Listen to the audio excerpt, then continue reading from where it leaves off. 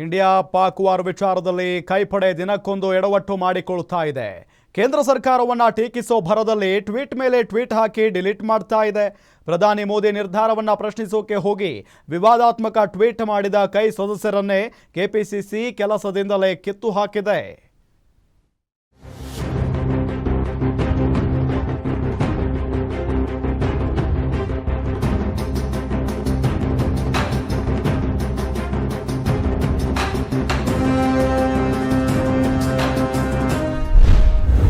BJP ಟೀಕಿಸುವ ಭರದಲ್ಲಿ ಕೈ ಮಹಾ ಎಡವಟ್ಟು.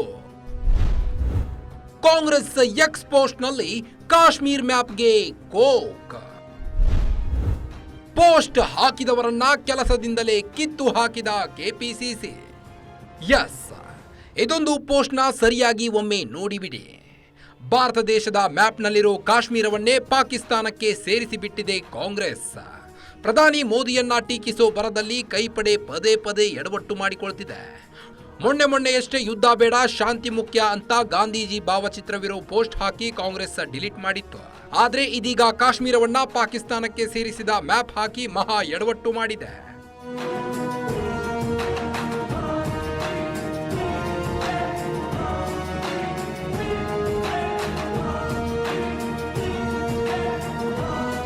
ಈ ವಿವಾದಿತ ಟ್ವೀಟ್ ಎಐಸಿಸಿ ನಾಯಕರ ಗಮನಕ್ಕೆ ಬರುತ್ತಿದ್ದಂತೆ ಟ್ವೀಟ್ ಡಿಲೀಟ್ ಮಾಡಿದೆ.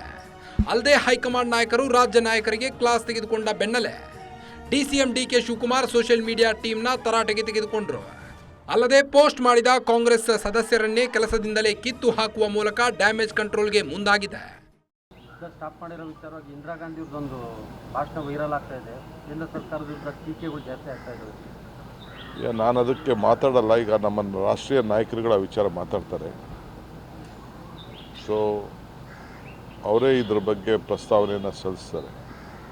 ಏನು ಬೇಕೋ ವಿಚಾರ ತಿಳಿಸ್ತಾರೆ. ಮುಂದಿನ ದಿನದಲ್ಲಿ ಚರ್ಚೆಗಳು ಬರ್ತದೆ.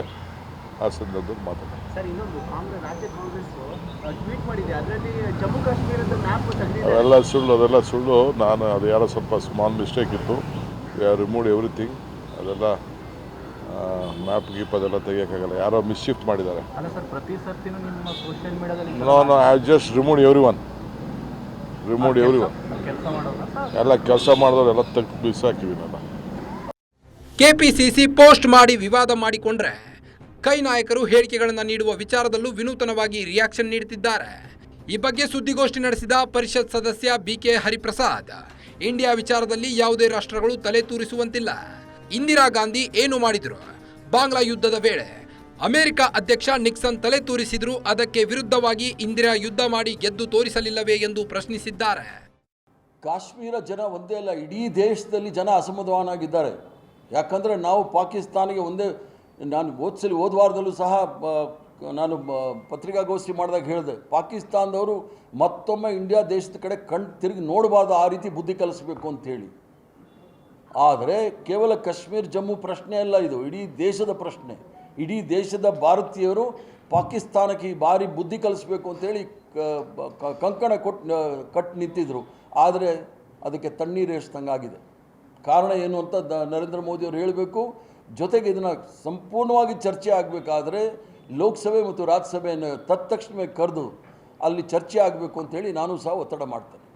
ಪಹಲ್ಗಾಮ್ ದಾಳಿ ಬಳಿಕ ಕೇಂದ್ರ ಸರ್ಕಾರದ ಜೊತೆ ನಾವಿದ್ದೇವೆ, ಕೇಂದ್ರದ ನಿರ್ಧಾರಕ್ಕೆ ನಮ್ಮ ಬೆಂಬಲವಿದೆ ಅಂತಿದ್ದ ಕಾಂಗ್ರೆಸ್ ನಾಯಕರು ಇದೀಗ ದಿನಕ್ಕೊಂದು ರೀತಿಯಲ್ಲಿ ಟ್ವೀಟ್ ಹಾಗೂ ಹೇಳಿಕೆಗಳನ್ನು ನೀಡುತ್ತಿರುವುದು ಸಾಕಷ್ಟು ಚರ್ಚೆಗೆ ಗ್ರಾಸವಾಗಿದೆ. ವೀರೇಶ್ ದಾನಿ, political bureau, guarantee news, Bengaluru.